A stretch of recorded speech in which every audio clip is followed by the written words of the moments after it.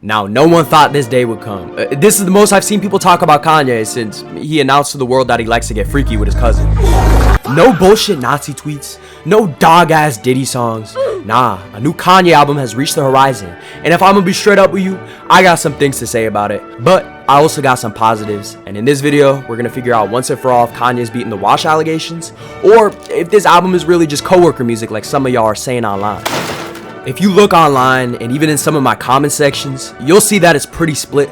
But for the most part, everyone knows this shit is better than that new Burger Yeet album. So baby, let's go. I went on Reddit though and checked out some Kanye subreddits. A lot of people are saying there's still AI despite Kanye himself stating that he wasn't gonna fill this album with slop. Like, come on, what kind of finesse is this? Look at this tweet, bruh. What does that say? No AI, right? So why the fuck am I listening to this shit? And I'm actually hearing what they're talking about on Reddit. You know, we shouldn't have our hopes too low. This probably gonna get the Life of Pablo treatment, and he's most likely gonna adjust the tracks. I hope he stops dropping unfinished projects though. Like, I feel like adjusting an album after its release was innovative and cool back in 2016, but if you're out here trying to redeem yourself 10 years later because you decided to huff nitrous and fry your music abilities, I feel like the fans just deserve something straight up. Now, Kanye first announced Bully 2 years ago, and I knew damn well that shit wasn't gonna drop in 2024 or in 2025 when he was at the Grammys saying he was gonna drop it that year. I'm guessing he kept his mouth shut and delayed this album even more because of that rampage he did last year on Twitter. I guess it worked, cause I barely see people talking about the jackass shit he was saying.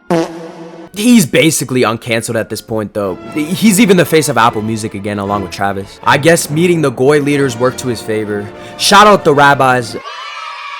Let's just hope we don't got any cloning going on though. Now, Kanye abruptly announced some listening parties for this album, and the one he held on Friday, March 28th, had some pretty creative visuals, and it's good to see Kanye express himself more visually.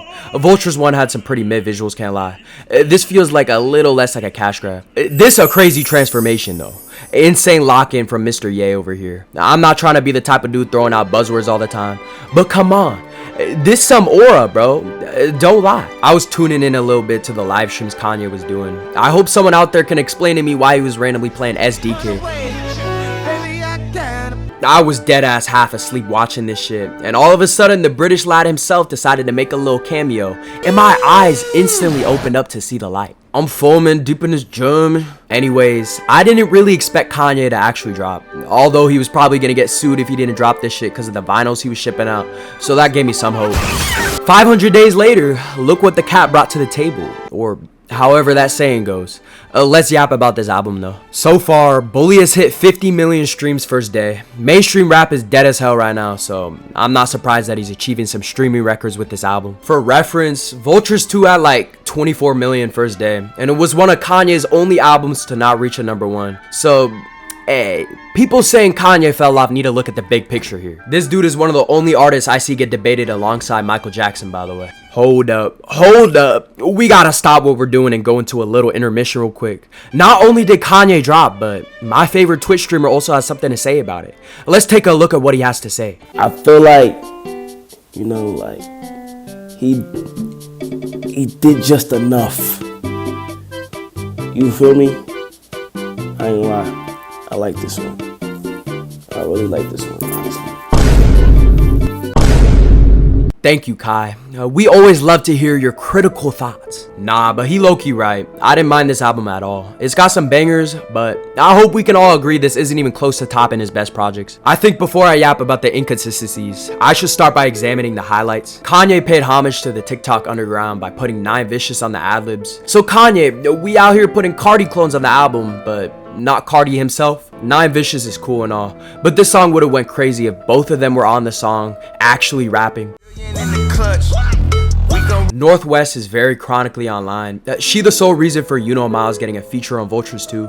So I'm not surprised she telling her dad about these upcoming artists. I mean, if you've been paying attention to the music she's been dropping, it takes clear inspiration from sounds popping off in the underground right now. All I'm saying is if 9 Vicious can be on a Kanye album, I expect Netspend and Xavier Sobase to be on the next one. We all putting Xavier and Net over 9 Vicious. I don't want to hear it. Travis Scott easily has the best feature on this album. Father is like Modern Jam 2.0, and his part sounds like something off of Days Before before rodeo. I'd even argue he washed Kanye on his own song, but let me know about that debate. The visuals he had for this album were definitely better than whatever Gmod shit he was doing on Vultures 2.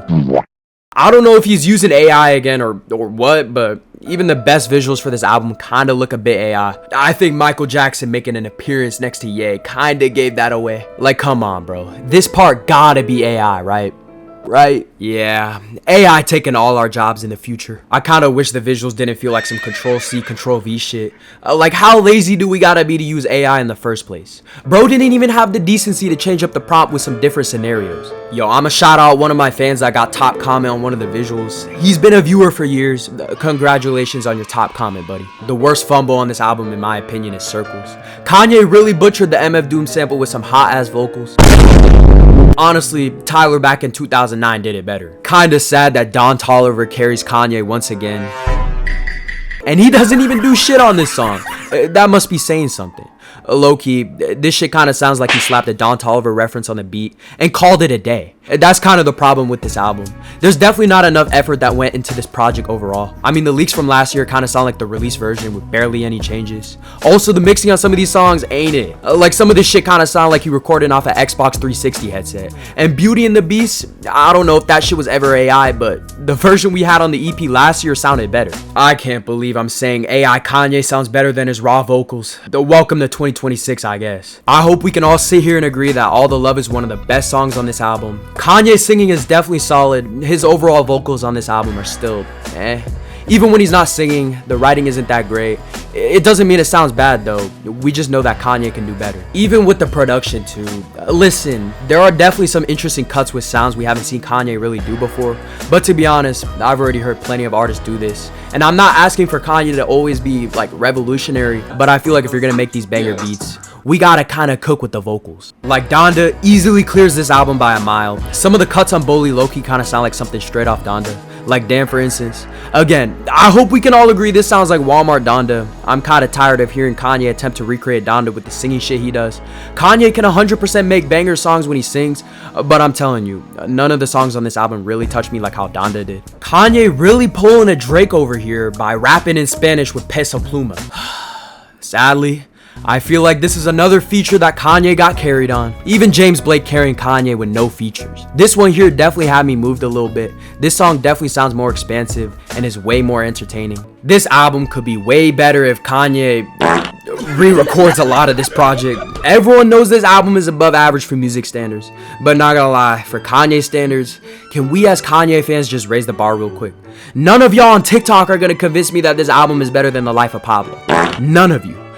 Please just look at the inconsistencies. I already named some for you. And I bet if y'all watching this take those rose-tinted glasses off, you'll realize that yes, that nitrous did fry his brain a bit. That's why I'm feeling a light 5 to 6 on this album. Go ahead and shit on me in the comment section, Kanye Glazers. I'll still be putting some songs on rotation though. Don't get me wrong, but I feel like this album's unfinished and the direction for this album could have been much better. So now that leaves the big question. Did Kanye beat the wash allegations? Yes and no. It's safe to say this comeback wasn't on some My Beautiful Dark Twisted Fantasy shit. But I'll tell you one thing.